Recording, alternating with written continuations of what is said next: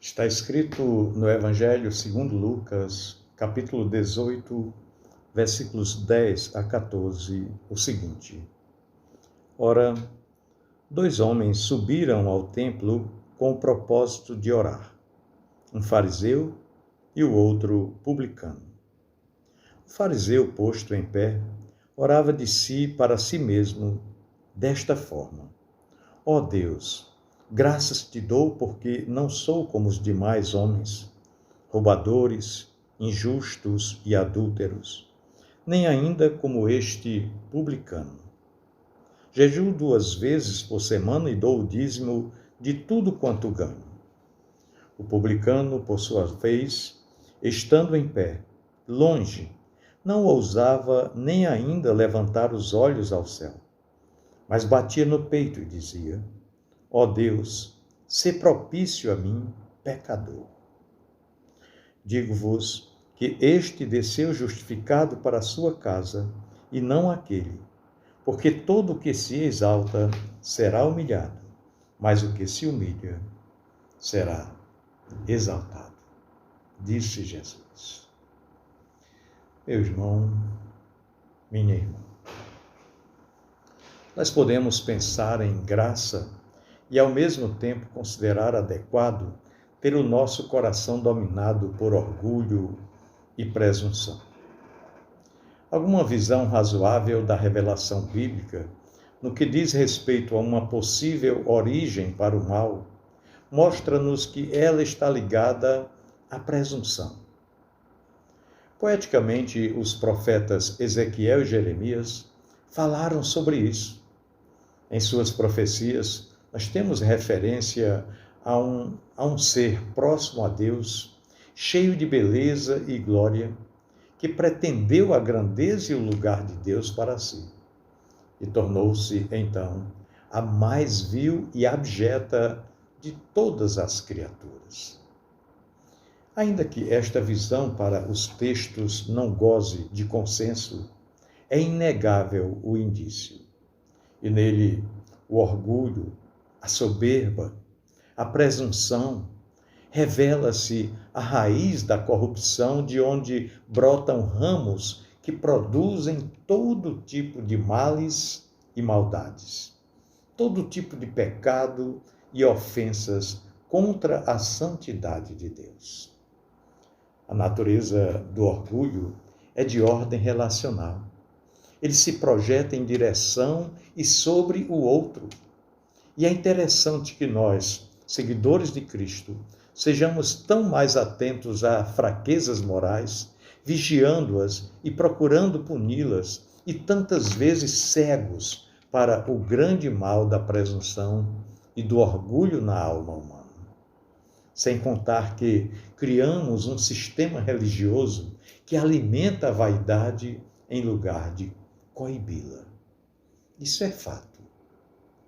A parábola do fariseu e do publicano é requintada em sua narrativa, conforme registrada por Lucas.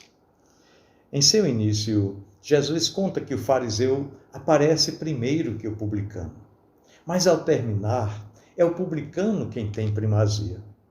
Jesus disse: Eu lhes digo que este homem, e não o outro, referindo-se ao publicano, que volta para casa justificado, e não o outro, o ultra-religioso, o fariseu.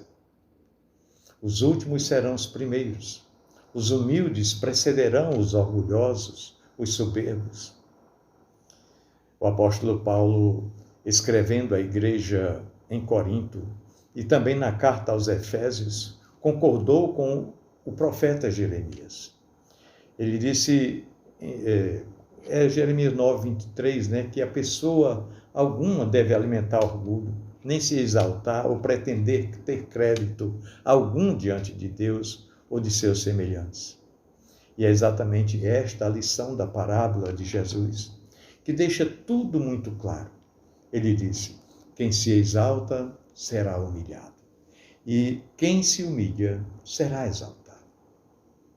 Afinal, no reino de Deus não há santo que não tenha sido perdoado, não há adorador que não tenha antes desonrado o nome do Senhor. Nós somos devedores cuja vida foi poupada e a dívida amorosamente cancelada. E não seres impolutos que nada devem a ninguém. Nós estamos em pé porque nós fomos levantados pela graça de Deus.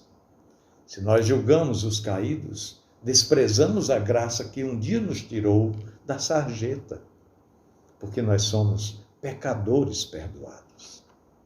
Tudo isso é muito sério e importante para a nossa espiritualidade.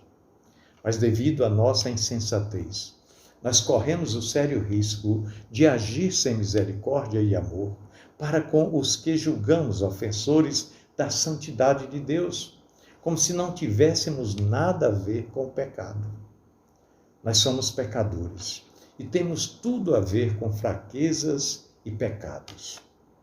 O nosso papel não é julgar ou condenar ninguém, mas buscar e acolher.